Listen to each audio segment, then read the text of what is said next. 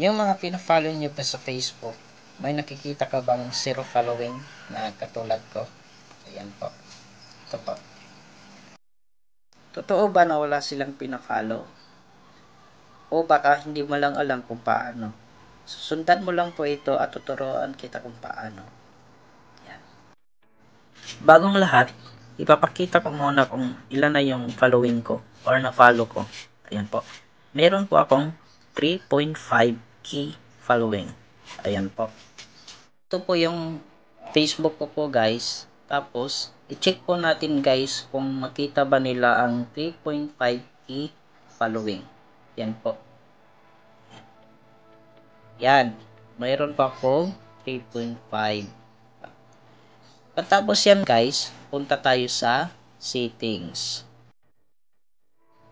Yan po guys. I-scroll lang po natin. Tapos punta tayo sa settings.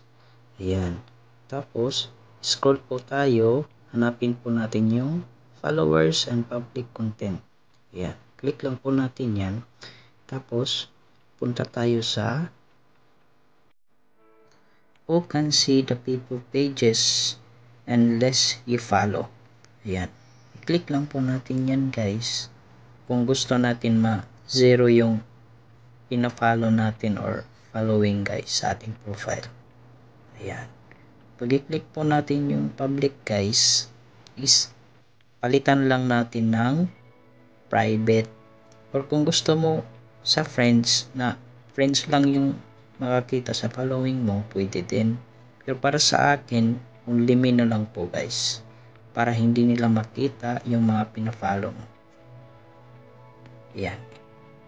So yan lang ang may tuturo ko sa inyo guys. At sana makatulong po ito sa inyo.